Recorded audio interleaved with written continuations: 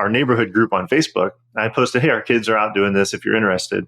And I got a huge response. And they made a lot of money that first summer, literally cleaning trash cans. And again, I went around with them and supervised them. I didn't actually do the work, but made sure the hoses were hooked up and they didn't go in any fences with dogs, and, obviously made sure they were safe. But yeah, the two of them worked actually not that much. They worked several days that summer for numerous hours each day, and they made upwards of $800. They wanted to buy stuff on Amazon. They wanted to buy video games or coloring books. And we, of course, bought some things, but they just wanted to make more money. And so what was cool was they started researching ideas. Ironically, the first idea they got was from a show called The Side Hustle Show. I said, hey, I love this show. Go listen to this show. They, like, every episode is a new business idea. Maybe there's something you guys can do. And it has to be local, right? Because I'm not driving you around and you can't go in stores because everything's shut down.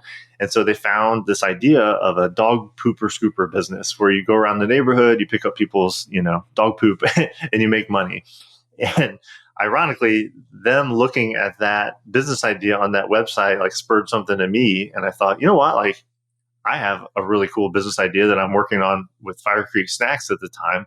And I actually pitched the same show, and that was the very first podcast I ever appeared on in 2020, which, if you know my story with this brand, Seven Figure Leap, that's actually where it all started, was that very first podcast guesting appearance for that other brand that led to all of the crazy stories and success that we have now. So I guess I should give my kids some credit, because as they were looking for their idea, it sparked something in me to go be on that show. But back to the kids. They found that idea. They started mapping it out. They realized they don't want to actually do dog poop. And in a 150 home subdivision, there's only so many dogs here. And there's only so many, pet parents who actually are going to pay someone to come do this, right? Because it just wasn't a great idea. But they got to think about it, put some numbers down. What they did come up with, though, which ended up being a genius idea, is what's another, like, dirty job we can do? And what they ultimately ended up doing is my oldest and my youngest, not the middle daughter, she did not want the dirty stuff, but the oldest and the youngest were like, hey, let's go clean trash cans. And so every other week in our neighborhood, we have a 2-can week. So we have a trash and a recycling. And they got in this rhythm that summer where they would go put flyers on doors. I ended up posting something in our family neighborhood. It's called a family group, but our neighborhood group on Facebook. I posted, hey, our kids are out doing this if you're interested. And I got a huge response.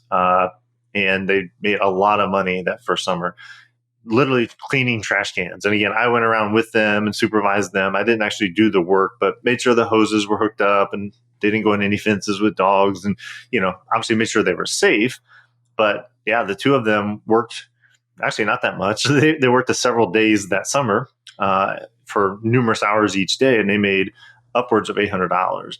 And so I think that really opened their eyes. They're like, we can make a lot of money really fast. Their effective hourly rate was well over $100. And these are teenagers, like young, not even teenagers. One was a teenager, one was preteen.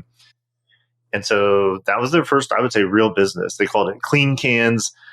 They started taking pictures of the before and after. They started gathering testimonials. They had a 2-page like a front and back flyer that they created on Canva. And, like, they really had a legitimate business going.